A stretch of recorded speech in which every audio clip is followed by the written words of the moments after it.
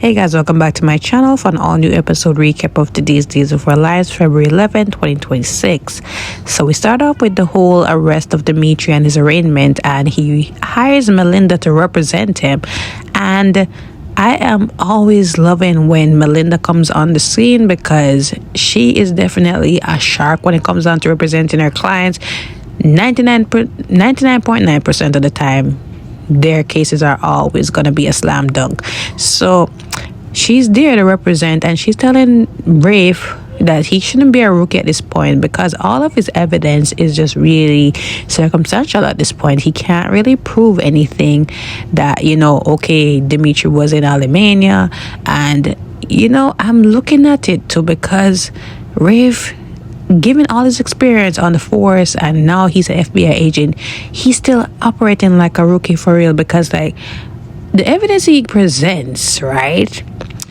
He said that he has corroboration from Vivian's staff. You don't think Vivian's staff is going to lie for her? They're not getting paid to be loyal to her and to make sure that, she's not incriminated and that they will do anything, including frame somebody that she despises. And he's saying he got testimony from Vivian's cousin, Vivian's cousin or nephew, Nicholas, right? You don't think none of these people are going to frame Dimitri or be loyal to Vivian and make sure that he goes down? Come on now, Rafe. Put your thinking hat on because you're operating like you're new to this whole thing. And even Melinda is saying this is all circumstantial. And, he's talking about the fingerprints on the tablet and, clothing that belonged to him while in Aluminum. You don't think that the man could be framed by Vivian or by somebody else that hates him? I don't know, Gwen? You guys don't investigate that circle yet? But anyways, he's hustling him as usual because anytime that Rafe has somebody in his custody, he always wants to be, having a ridiculous smirk on his face and, likes to tussle with them, and I really can't stand it, and I love when they are proven wrong. Anyways, he goes out to talk to Belle, and he said it was awful because Dimitri did not cave, and it was 24 hours of him questioning him, and he's not saying anything that will help with the case. And they're getting ready for the arraignment. Again, waste of people's taxes and time. Now moving forward, because we'll get back to this in a bit, this whole scene with Brady and Kristen, right? Brady's upset with Kristen for, pulling that stunt, taking their daughter out of Bayview. And he only didn't make a scene because they brought her to school. And Kristen is loving that she's back in school. She's getting into the routine. And Brady's just going along with it because he doesn't want Rachel to be upset. And he doesn't agree with Kristen's stuff because, again, this could backfire on Rachel's case. Rachel being, let go from any charges that she may face. The judge may not be lenient. And Kristen says she has a plan. Kristen is saying that Rachel can go into an intensive out care patient program, therapy program, and Marlena can sign off on it. And once the judge sees that, the judge will be more lenient. And Brady's not okay with Marlena compromising her ethics because of her granddaughter, what her granddaughter may like. And Kristen is trying to be manipulative and say Rachel may hate, and I'm like, who gives a flying F if Rachel hates her grandmother for doing what is more conducive or what is going to help her heal? They let this little girl walk around them or have her around her fingers a lot, right? And Brady even said that point that said Kristen giving in to Rachel is not helpful to her at all. She needs to see that they're firm on what she needs, and she was definitely needing that kind of treatment in Bayview. Kristen's not a doctor, and Kristen's like, that doctor doesn't know my daughter like I do. And I'm saying, even though I agree with her taking her out of Bayview, Rachel still need help. Rachel needs somewhere that is stringent, that is going to get her back on track, because Brady and Kristen are not really 100% stable to really work together and make sure that everything goes right. Because if Brady doesn't like something, he's now trying to take Kristen to court, have this whole thing sue for full custody. And Kristen's like, you're not going to win. I have Melinda on my side, and let's just, work it out differently, because it's going to, have legal and emotional repercussions on Rachel. And how about this, right? You're moving into this place now, right? How about I move in with you and you can have joint custody? And I'm saying, really, Kristen, you're pulling the strings, and yet still Brady didn't like the idea, but then he caved in and said, okay, 1 month, and we need to make sure that Rachel knows that we're not going back together, we're not a couple, we're just coming together for her sake, right? And she's just grinning her face because she know how Brady is. Not even a month, and it's gonna be halfway in, Brady is going to say, oh, we're doing it for Rachel, for Rachel, for Rachel. If I hear for Rachel one more time, right? Because everything they claim to be doing for Rachel is not helping Rachel, and this is why Rachel acts how she is. This is gonna backfire on Brady, and Brady even told Marlene what was the plan, and Marlene's like, it gave Kristen an inch, she's gonna take a mile, and yeah, that's what's gonna happen, because he said it won't happen again like last time. Yes, Brady, it will, because you don't have a mind of your own. You can't stand up firm to Kristen and to Rachel at this point, because Kristen is, this is why Rachel is how she is. She's just like her mom, right? And you give in every time. And now you claim to be pursuing something with Sarah, even though you said it's not your girlfriend and all of that. But you claim to be moving on from Kristen. This is not the way, and you should have put your foot down, right? Kristen has no qualms doing what she's doing, and she's playing you by throwing this joint custody over your head. You should have just cut your losses, or just take the risk and actually just go ahead and actually go fight her for custody at this point, because yeah, she is just really using this to her advantage so that she can worm herself back into your life, back into your bed eventually, and create this whole facade that Rachel would like, which is you guys together and you guys being a family. But this is gonna be a mess, but I'm here for it. Now, this scene I really didn't care for, because we already know how Leo feel, and if Leo don't just stop talking about how he's indecisive, he doesn't know what to do or who to be with. Leo, you already stated a claim that you're in love with Dimitri, right? You even said it that you believe in him, you believe that he didn't do what he's being accused of, and you need to be there for him. And if Harvey even asked him to come down to Texas to work things out, he wouldn't want to come, because he can't face Harvey, knowing that he still has these feelings for Dimitri. And Marlena even called her always like, are you really coming here for a therapy session, emergency therapy session? Or are you really just coming here to just ask me permission to just be with Dimitri, be there for him, help him out? And he said, maybe you're right about that. I just feel like a bad individual. I feel like, oh my gosh, I really wasted Harvey's time, knowing that I'm still into Dimitri, and knowing that Dimitri went through all this being captive. I feel so bad for him, and it's just bringing back memories of when he was in trouble. Now I would always be there, and I want to be there for him with his arraignment and all that.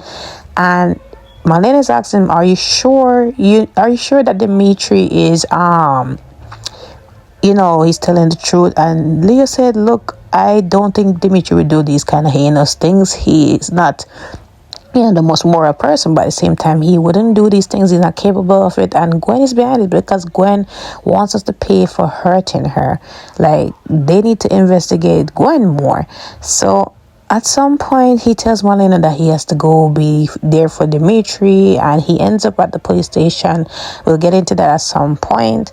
Now, I'm just saying that this scene was just a waste of time, because we already know how Leo feels about Dimitri. He just needs to just stop talking about feeling torn in between the two. You knew you had unresolved feelings, and then the man comes in.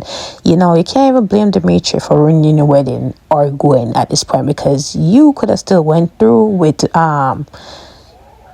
focusing on Harvey if you really were into Harvey. You still had some feelings towards Dimitri. Stop wasting people's time. Stop wasting people's energy and feelings and all of that. Go get your man. So EJ and Gwen, they have a little chat. He was there feeling his ring, talking to his father, and Gwen is like, how was the memorial? Kristen told me to stay far from there because of everything going on. And he said, yeah, she mentioned that, and it was okay. Father was felt throughout the whole thing, and They talk about what's been going on with her. She said that Dimitri has been arrested and her plan is in motion with Vivian, and he's still upset at one thing, that Vivian could possibly be behind him and his family's kidnapping, and she needs to pay for that. Like, you gave Vivian the leverage to just continue to circle around the Demiras, have some kind of claim to the fortune. And she's saying, like, come on, it's a little bit of blood loss, think of the bigger picture. We're almost where we need to be in terms of our goals and the lab and all that. And EJ was like, no, he's not dropping it at all, because he wants blood for what he went through, what his family went through. And she's just saying to him that, look, we're almost there. Don't worry about it. Just, drop it. And EJ's not going to drop this thing. When EJ is out for blood, he's going to be out for blood. At some point, she mentioned about the check that Gabby gave her back. And she did say that, Gabby wants something in return, that she really wants to know if Stefan really wanted to get back to her. And she promised her that she would look into it or poke around, but she didn't tell her how further she would poke around with. And he just like, if I were you, I would not play around with Gabby. And she's like, really, Gabby, that 2-bit fashion designer? No, really, no. So he just said, look, when she's mad, she's definitely going to, go for the jugular. So if I were you, I'd be careful. So she's there looking at him saying, Gwen, you're poking around too much and you're really risking it. When Dimitri finds out, you're going to be in a lot of trouble. If Gabby finds out, you're going to be in even worse trouble. She's there happy about getting this check and how she's going to get back her fortune once Dimitri is fully arrested and her assets on freeze. And I'm like, you're really, really delusional.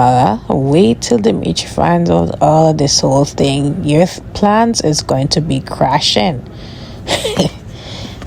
EJ also called Rafe because, remember Rafe wanted to speak to him about some card that Stefan wrote, and he said, no, I don't remember. It's somewhere, but I can't remember where it is, and why do you need it? And he's like, no worries.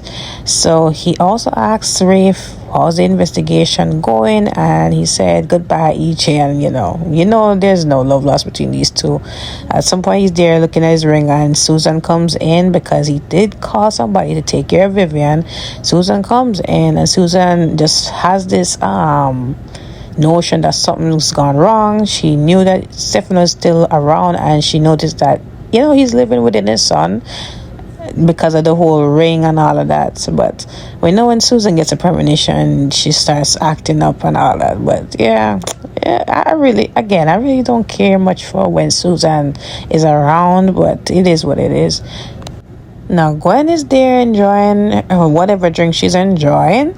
Kristen comes over, and Chris is like, you're in a good mood. She said, yes, definitely. The sun is shining brighter today. What's going on with you? I miss you. You sure you can't come back to the mansion? You sure you can't deal with your brother? And she said, honestly, I'm good. My living arrangements have changed. Me and Brady are moving in together with our daughter. So she's there making it just making it a notion that, okay, they're gonna get back together, making it seem like that. Kristen, you're too delusional. But then again, maybe you have a right to be delusional, because Brady always bites the bullet when it comes to you. He always is going to just cave, and he's just a soft soap. Like, he's just this big soft soap. He always can't step, when it comes on to women and all of them things, and or his daughter, he's just a pushover. He doesn't know how to really firmly step. So the arraignment happens, and Belle and Melinda are going at it. They're presenting their findings, and Melinda is saying that, look, she wants her client to be released on bail immediately because, again, he's being held on bogus charges.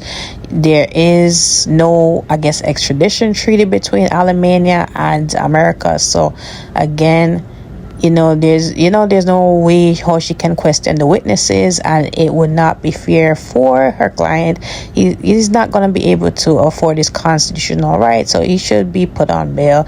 And Belle is saying that, the witnesses, they did prove that he was in Alemania, or he was working along with Peter and making sure that, the victims were in the crypt, and the tablet was connected to him. his fingerprints all over it, and Melinda is arguing that it's circumstantial. It could be framed by Vivian, who dislikes him. The witnesses could be, on Vivian's payroll. So a lot of findings were there where she was making a case towards the judge, because honestly, they don't have a case. They're just trying to railroad Dimitri because yes, he has a criminal history. Yes, he's a convicted felon. Yes, his family don't really care for him that much, so he would have a reason to really have them in the crib. But again, the judge deliberated over the findings, and she does agree that Dimitri be held on bail, and he wears an ankle monitor. He's not for it, but again, Melinda agrees to it, and I'm saying, Dimitri, it's best you just have that, or you just be remanded.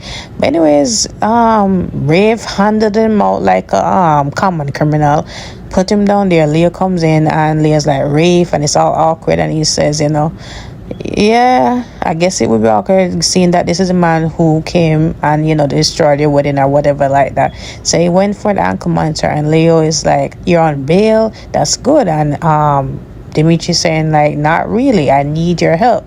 So let's see how this all comes out. And God needs to pay for this, because she's going too far with what she's doing. Like, at this point, you need to get over it, get your big girl panties on and like move on. Like, he's not worth it. But anyways, guys, comment below your thoughts on today's episode. Don't forget to like, follow, subscribe to my channel. I will see you guys tomorrow.